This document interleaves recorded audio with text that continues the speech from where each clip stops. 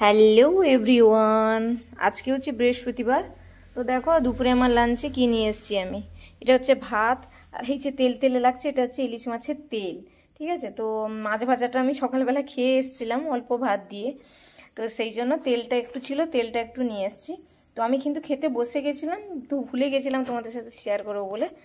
আর তারপর নিয়ে এসেছি কুঁদলি সেদ্ধ, পটল ভাজা, আর আছে এখানে চালতা সেদ্ধ মেখে নিয়েছি। চালতা সেদ্ধকে লবণ আর চিনি দিয়ে মেখে নিয়েছি। আর এটা টেনটানা, চিনতে পারছো কি বলো তো? পাতলা করে ইলিশ মাছের ঝোল।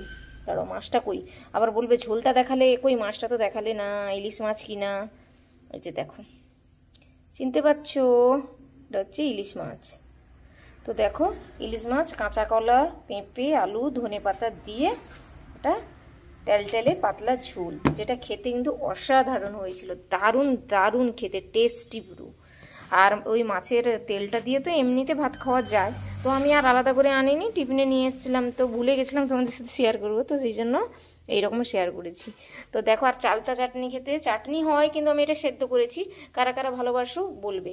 আসলে আমি টিফিনে করে নিয়ে এসেছিলাম তো, লবণ টবণ চিনি দিয়ে, সেই জন্য জল বেরিয়ে গেছে এইভাবে।